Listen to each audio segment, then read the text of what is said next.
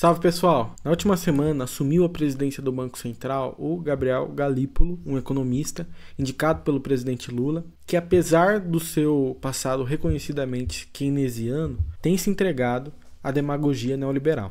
Quem me conhece um pouquinho sabe que eu sou um admirador, eleitor, mas também bem crítico do ex-ministro Ciro Gomes, quando necessário, bem crítico, com quem eu divido inclusive partido, o PDT. Eu discordo dele em uma série de coisas em relação a pontos do seu projeto, a decisões políticas muito equivocadas, fora que, enfim, a gente tem horizontes ideológicos diferentes, eu sou comunista, ele não, mas isso tudo bem, e uma série de outras coisas. Mas hoje eu quero repercutir a análise crítica que ele fez, muito bem feito, sobre essa questão da indicação do Galípolo e da política de juros que vem sendo tocada no Brasil com a conivência de Lula.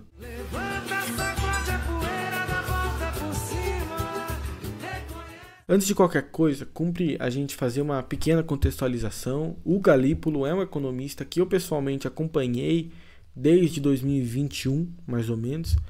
Sempre foi um bom economista, nunca me aprofundei na sua obra, mas cheguei a ler um livro dele com o Beluso, ler textos individuais, lives, e eu sei que é um economista com muito boa formação. Desde que ele havia sido indicado pelo presidente Lula para ser diretor do Banco Central, o Galípolo já veio mostrando posicionamentos esquisitos, no mínimo, chegando a elogiar as chamadas contra-reformas que foram feitas nos últimos anos pelo Michel Temer e Bolsonaro, alegando que elas teriam dado força para a atividade econômica brasileira. E fora isso, ele vinha, isso é o ponto principal, convergindo com o Campos Neto nas suas votações no Banco Central. Isso veio na esteira das fortes críticas que o Lula vinha fazendo à gestão do bolsonarista Campos Neto no Banco Central. De fato, as críticas estavam corretas, o conteúdo das críticas estava correto, sobre Campos Neto estar sabotando o desenvolvimento nacional, as famílias brasileiras, em nome de favorecer os rentistas que ganham com esse reforço do paradigma econômico,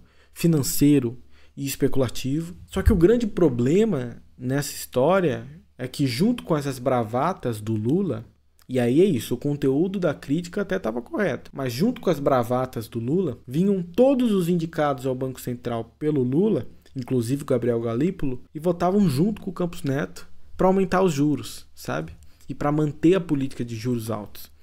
Desde o momento que o Gabriel Galípolo já era favorito, mas não confirmado, para ocupar a presidência do Banco Central, ele já vinha ali defendendo ali a política de juros altos, e a sua confirmação para a presidência do Banco Central veio com a garantia de que a política de juros altos não seria alterada, não seria mudada. Um ponto importante de destacar aqui é que, enquanto o Haddad e o governo do presidente Lula, faz a sua política de corte de gastos, a sua política fiscal no lombo dos trabalhadores, cortando do BPC, mais de 300 mil já foram bloqueados, do abono salarial, da política de valorização real do salário mínimo que elegeu o Lula. Eu já falei isso em vários vídeos aqui no canal, eu já venho debatendo esses temas aqui no canal faz um tempo.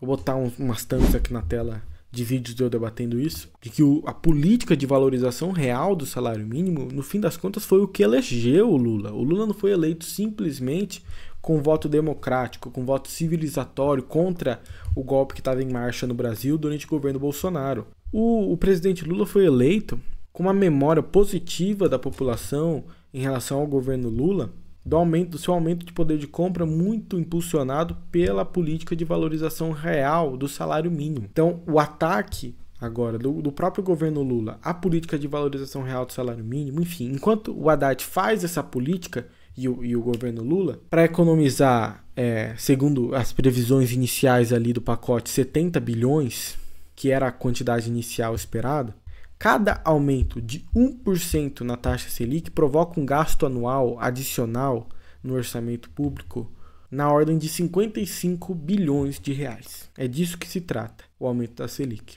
Uma coisa importante, antes da gente falar aqui do vídeo do Ciro, que a gente vai fazer a gente vai reagir aqui, Só que antes disso, o que é importante a gente pensar aqui e refletir é que nesse momento existe uma unidade econômica entre Campos Neto, Gabriel Galípolo e Fernando Haddad. Uma unidade em torno de um projeto muito bem estabelecido, claro, não um projeto nacional, um projeto que pretenda aumentar a complexidade produtiva do Brasil, que desenvolva sistemas nacionais de ciência e tecnologia, que mude a posição do Brasil, em síntese, na divisão internacional do trabalho, onde o Brasil se insere de maneira dependente, mas sim um projeto neoliberal, um projeto de aprofundamento da dependência, de aprofundamento, portanto, do subdesenvolvimento, da expoliação do Brasil. Compreender que existe essa unidade tática em torno do aprofundamento do subdesenvolvimento, da posição subordinada do Brasil nas relações econômicas internacionais e do favorecimento das elites brasileiras é central para compreender o que está rolando no Brasil e do que se trata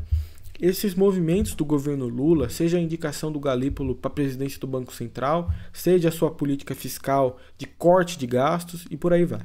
Isso fica muito claro, inclusive, quando a gente vê essa unidade, fica muito claro quando a gente vê o que foi divulgado nas últimas semanas, que o Galípolo, enquanto diretor do Banco Central, só divergiu do Campos Neto uma vez, em maio de 24. Uma mísera vez. O resto foi concordância completa. E isso não é só o Galípolo, são todos os diretores do Banco Central indicados pelo governo do presidente Lula. O meu maior medo é que, dado que a tendência em relação à política de juros, a tendência depois de um período de alta brutal era de baixa, uma baixa extremamente insuficiente, extremamente limitada, prejudicial aos trabalhadores, mas uma baixa. O meu medo é que a vinda do Galípolo, em vez de dar continuidade com a insuficiente baixa dos juros, ou de iniciar uma política de juros realmente, verdadeiramente mais baixos, eu tenho medo que a tendência de baixa agora se reverta por uma de alta. E me parece que é o que está por vir. Agora que o Galípolo assume a presidência do Banco Central, eu só tenho uma dúvida, que ainda fica em aberto para mim. E eu não sei dizer o que vai acontecer, sinceramente. Diante da política de juros altos, o campo governista, esquerda, que não é esquerda, o campo progressista, entre aspas, a mídia progressista, vai parar de falar dos juros altos e indicar um problema na gestão do Banco Central? Vai parar com isso? Ou vai dizer que o Galípolo traiu o Lula, traiu a confiança do Lula? Eu ainda não sei dizer, sinceramente. Bom, eu vou passar o vídeo do Ciro, vamos reagir. Na verdade, eu nem vou ter tantos comentários para fazer, o vídeo dele é muito bom, é bem completo. Como eu disse no início do vídeo, eu tenho uma série de críticas ao Ciro. Eu sou do PDT e eu faço elas de maneira muito respeitosa e fraterna a alguém que eu votei em 2022, que eu apoiei, que me ensinou muito, me ajudou muito na minha formação política, principalmente na minha formação econômica. Mas é alguém que eu também tenho duras críticas, E aí, por exemplo, antes desse vídeo dos juros, ele fez um vídeo sobre o câmbio, O vídeo é muito bom também, mas não vale a pena destrinchar aqui, mas ele se utiliza ali de um terrorismo fiscal, e esse é disso que se trata, em relação às contas públicas do governo Lula. Mas isso é outro tema. Eu vou colocar aqui na tela, então, o vídeo do Ciro. É um vídeo muito bom. A gente vai fazer poucos comentários aqui. O vídeo é realmente bem completo. E, enfim, é isso aí. Bom, vamos começar o vídeo aqui e bora lá.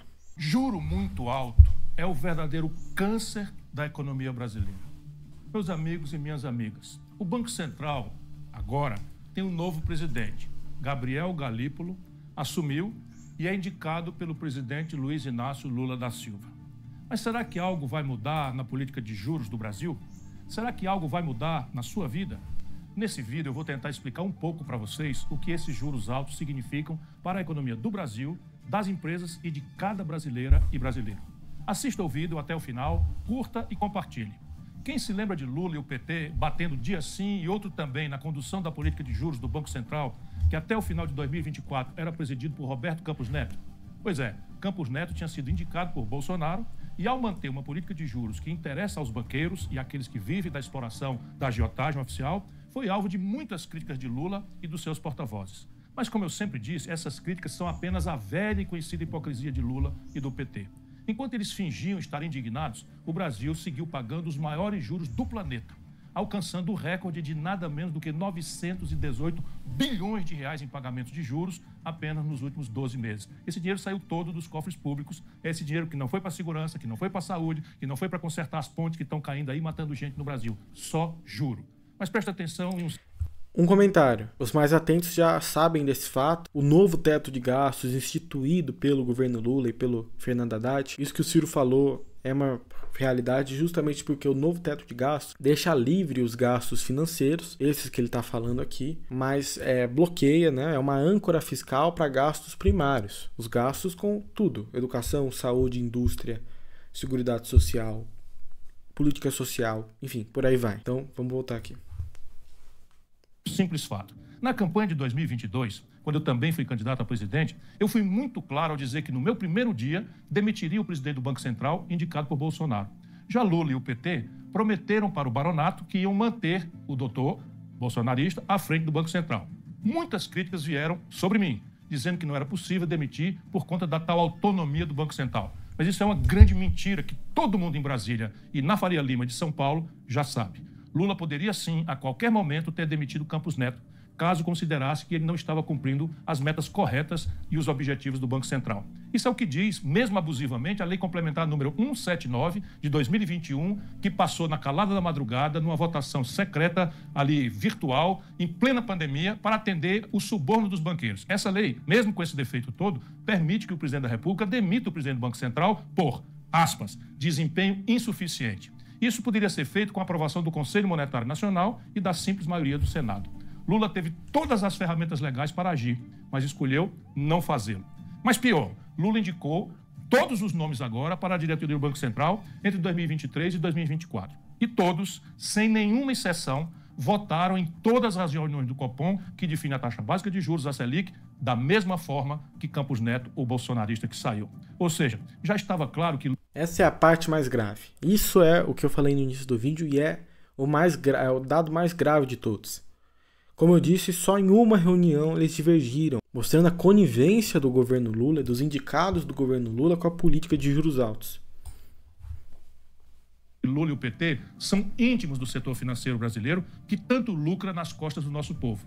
Mas Lula, apesar de todo o seu discurso, a sua retórica, nomeou Gabriel Galípolo para suceder Campos Neto. Uma curiosidade para quem quiser saber quem é Galípolo. De 2017 a 2021, ele foi nada menos do que presidente do Banco Fator, ou seja, mais um banqueiro. E esse Banco Fator é um banco que atua muito em parcerias público-privadas e privatizações. Foi ele quem liderou os estudos e o leilão de privatização da SEDAI, por exemplo, Companhia de Água e Esgoto do Rio de Janeiro. Mas Galípolo já demonstrou que continuará com a política de juros elevados, provavelmente aumentando ainda mais as taxas em 2025. 2 pancadas de 1 ponto cada uma já estão apalavradas na última ata que foi assinada por Galípolo. Já se está falando mesmo, vou repetir, em aumentar os juros para 15 pontos percentuais ao ano. Portanto, a manutenção dessa política não é apenas responsabilidade do Banco Central, mas Vou colocar na tela, inclusive, isso aqui que o Ciro citou de 15% da Selic. Botando aqui na tela a notícia que diz isso, é uma realidade mesmo, infelizmente. Mas enfim, vamos voltar aqui. Escolha direta do governo presidido pelo presidente Lula. E os impactos dessa escolha são profundos para a economia real. Quando os juros ficam acima do lucro médio das empresas, a economia simplesmente para. As empresas enfrentam grandes dificuldades, não conseguem fazer investimentos, não geram novos empregos e a atividade econômica desacelera. Atualmente, mais de 7 milhões de empresas estão com contas negativas, sendo que cerca de 6 milhões e 500 mil dessas empresas são micro e pequenas, aquelas que mais sofrem com a falta de crédito e com os altos custos financeiros. Além disso, os juros altos geram um aumento significativo na inadimplência. Hoje, mais de 73 milhões de pessoas, meu irmão, anote esse número, mais de 73 milhões de pessoas estão com dívidas vencidas, humilhadas no Serviço de Proteção ao Crédito, no SPC e no Serasa.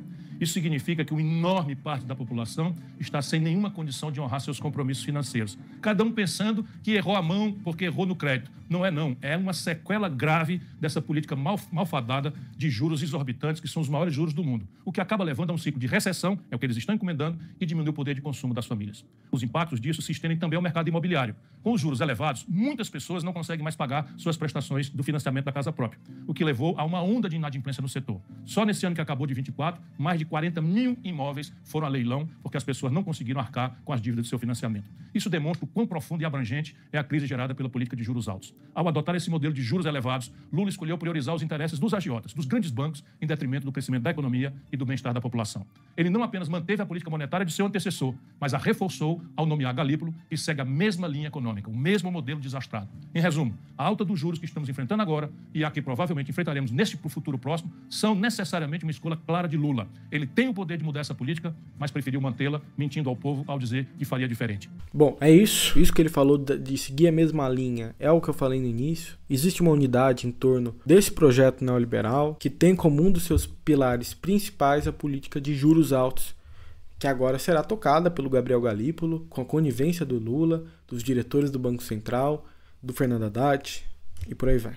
No final, o Ciro faz uma pequena fala em relação aos cofres públicos, que eu não botei ali, de falência dos cofres públicos, que aí é outra questão, eu discordo um pouquinho, mas ele fala durante 3 segundos, nem destrincha a discussão sobre política fiscal, então eu vou deixar para outra hora, né? Em linhas gerais, a fala do Ciro está muito correta e é uma reflexão necessária que a gente precisa fazer para a gente pensar os rumos do nosso país daqui para frente. É isso, quero agradecer a quem assistiu até aqui. Tem um Pix na tela o vídeo inteiro, acho que em alguns cantos da tela, com o nosso QR Code, com o nosso Pix, para você ajudar se você sentir vontade. Além disso, eu peço para que você siga as nossas redes sociais, está aqui na descrição, e as minhas pessoais também, está tudo aqui na descrição. É isso, muito obrigado, até a próxima e valeu!